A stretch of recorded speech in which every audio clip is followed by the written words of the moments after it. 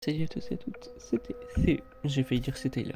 C'est encore moi, oui. Donc, Tyler n'est plus occupé, il m'a envoyé directement un seul message pour savoir un truc. Il y a un truc, un peu bizarre. Ça t'ennuie si je t'en parle? Dis-moi tout.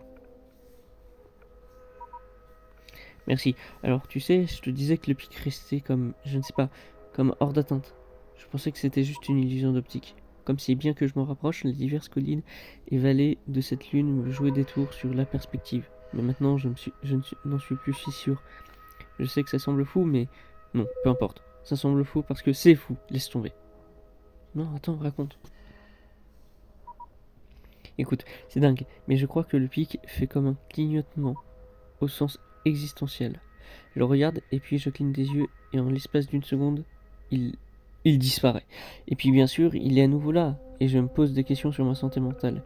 Et c'est arrivé à peu près une demi-douzaine de fois depuis que je suis descendu dans le cratère. Ah oui, c'est vraiment bizarre. Carrément. Mais voilà, ce qui me fait vraiment halluciner, ça fait maintenant à peu près 1 heure que je marche plus ou moins tout droit vers cet endroit. Il y a juste 1 minute, j'ai regardé par terre, il y avait d'autres traces de bottes sur le sable. Et je ne le dis pas au figuré, au sens j'ai marché sur tes traces.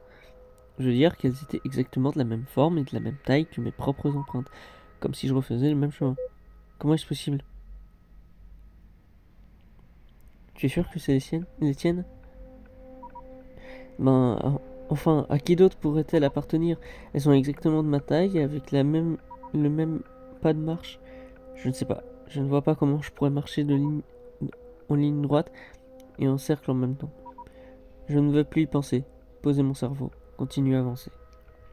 Oh non, il va devenir fou. Ça fait peur. Bon, on verra ça quand il revient. À la prochaine. J'ai peur.